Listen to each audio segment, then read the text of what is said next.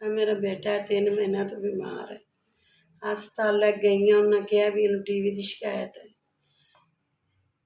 कल रात नूं उठी इन्हें खून की की है मेरे बच्चे। मैं हस्पताल ले गई, उन्होंने टीवी की शिकायत दसी है।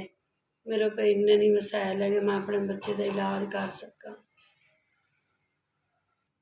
डॉक्टर ने टैसट लिख के दिते सी, मेरे को इन्ने वसायल नहीं है मैं अपने बच्चे ते टैसट करा लवां।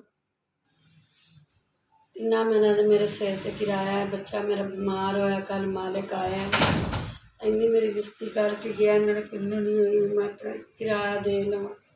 बहुत ज़्यादा परेशान हुई। बच्चा मेरा बीमार हैगा, बच्चा मेरा खर्चे खुर्चे करदा सी घर ते, तो बच्चा मेरा बीमार है। बंदा मेरा शुगर का मरीज़ है। घर च बहुत ज़्यादा परेशानी में परेशान हुई।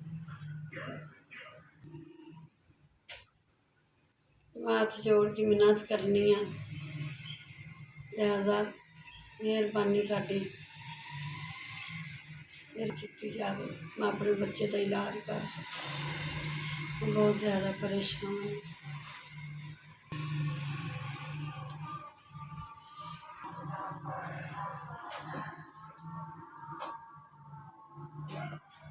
SBS अल्लाह पाक तुहानूं कामयाबी देवे, अल्लाह पाक तुहानूं तरक्की देवे। तुसीं 6000 रुपया सानूं भेजिया है, ते अल्लाह पाक तुहानूं कामयाब करे। हर एक दी तुसीं गरीबां दी मदद करदे साथ दिंदे रहो।